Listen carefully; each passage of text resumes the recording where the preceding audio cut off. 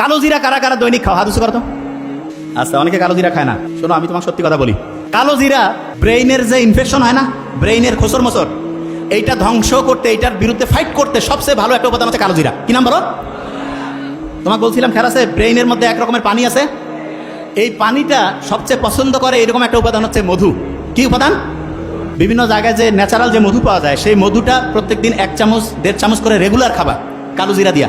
দেখবা আল্লাহর রহমতে তোমার ব্রেইনটা এত পরিষ্কার থাকবে, এত সুন্দরভাবে চিন্তা করতে পারবে। ওই যে মোকাররম স্যার বললো না যে ফটোগ্রাফিক মেমোরি, ছবি দেখলো, একটা পৃষ্ঠা মাথায় নিল, সাথে সাথে রিজার্ভ হয়ে গেল। আস্তে আস্তে আল্লাহর রহমতে সেই রকম মেমোরি আল্লাহ চাইলে তোমার হয়ে যাবে। বুঝতে পারছো? তাইলে বলো তো, প্রত্যেকদিন মধু খাবো কিনা? কালো জিরা প্রত্যেকদিন। যারা মেডিকেলে পরীক্ষা দিবে কয়টা বক্স পড়বে দৈনিক?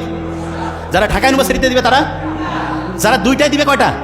6টা। 2টায় দিলে 6টা। আচ্ছা, হঠাৎ করে মেজাজটা গরম হয়ে যায়, মাথাটা একটু খোঁচর মোচর করে, আছে না এরকম অনেকের? ওই সময় একটা কাজ করবা, সেটা কি বলি? ওই সময় খুব সহজ কাজ, সেটা হচ্ছে কি জানো? চোখ বন্ধ করবা। করো করো, করছো? চোখ বন্ধ করে চিন্তা করো যে তুমি যে জায়গায় চান্স পাইতেছ সেই জায়গায় চান্স পেয়ে গেছো। চিন্তা করো তো, ভালো লাগতেছে? আচ্ছা, একটা জিনিস বলি, পরীক্ষার হলে অনেক সময় খেয়াল পড়ে না, তখন চোখ বন্ধ করলে পড়াটা মাথায় আসে না। কারণটা কি জানো? চোখ হচ্ছে আমাদের প্রায় 80% সেন্স, মানে আমাদের ব্রেইনের যে খরচ 80% চোখ করে। কে করে?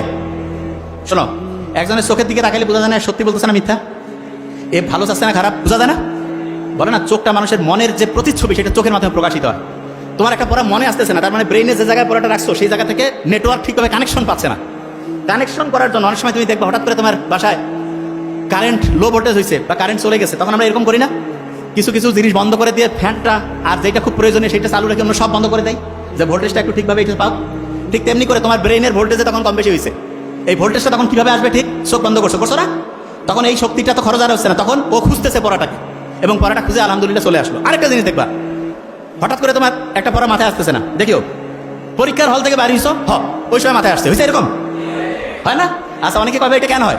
বলি একটা জিনিস, ব্রেইনের একটা অসাধারণ বৈশিষ্ট্য হচ্ছে কোনো প্রেশার নিতে চায় না, প্রেশার নিতে চায় না। তার মানে তুমি পরীক্ষার হলে পরীক্ষা দিচ্ছ, তোমার একটা পড়া মাথায় আসতেছে না, ওই যে জায়গা থেকে বেরিয়েছিলাম, প্রথম কাজ হচ্ছে চোখ বন্ধ করা। কি করবা? বলো না কেন? চোখ বন্ধ করার পরে বুক ভরে শ্বাস নাও, এইরকম করে 3 থেকে 5 বার নিবা এবং ছাড়বা। ওই সময় ব্রেইনের যেই জায়গাটায় তথ্যটা রাখছিলা সেটার সাথে নেটওয়ার্কিং ব্যবস্থাটা স্ট্রং হয়ে যাবে, দেখবা যে ইনশাল্লাহ মাথায় চলে আসে। আর যদি না আসে তখন ওই প্রশ্নটা একটু রিজার্ভে রাখবা, রেখে ওই জায়গাটা ফাঁকা রেখে অন্য জায়গায় হচ্ছে পড়া শুরু করবা, অন্য জায়গায় লেখা শুরু করবা, এবং করার পরে হঠাৎ করে দেখবা চট করে মাথায় চলে আসছে, হয় না? হয়, তখন ওই জিনিসটা লিখবা। ক্লিয়ার? আচ্ছা, অনেক স্টুডেন্ট আছে ওর পড়া কিন্তু মাথায় থাকে না, কয় ভাই আমি অত ভালো স্টুডেন্ট না, বলে না এরকম? এই কার কার আছে পড়া সহজে খেয়াল থাকে না? হাত উঁচু করো তো। আচ্ছা, কোনো সমস্যা নেই, আলহামদুলিল্লাহ, এটা ভালো। যখন রোজা রাখি তখন কি ব্রেনটা ভালোভাবে কাজ করে না খারাপভাবে? আচ্ছা, আমরা যদি অন্যের প্রশংসা করি ব্রেনের জন্য ভালো না খারাপ? মায়ের দিকে যদি আন্তরিকতার সাথে তাকাই ব্রেনের জন্য ভালো না খারাপ? আচ্ছা, নামাজের পরে আল্লাহ বলছে না যে কাজে বের হয়ে যাও নামাজের পরেই, তাহলে নামাজের পরে যদি আমি কাজের মধ্যে চলে যাই, এটা কি ব্রেনের জন্য ভালো না খারাপ? আচ্ছা, সকালে যখন আমি ঘুম থেকে উঠি আমার ব্রেইনে ওই সময় কিন্তু হচ্ছে ওই যে ফ্লো স্টেটটা তৈরি হয়। কোন স্টেট? Flow state. এই ফ্লো স্টেটটাকে আমরা আলফা স্টেটের সাথে মিলাইতে পারি। আলফা কি নাম? আলফা। ওই সময় 1 ঘন্টায় 5 থেকে 10 ঘন্টার পর পড়া যায়, 1 ঘন্টায় 5 থেকে 10 ঘন্টা।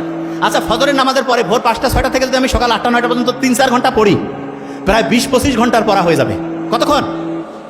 বলো না কেন?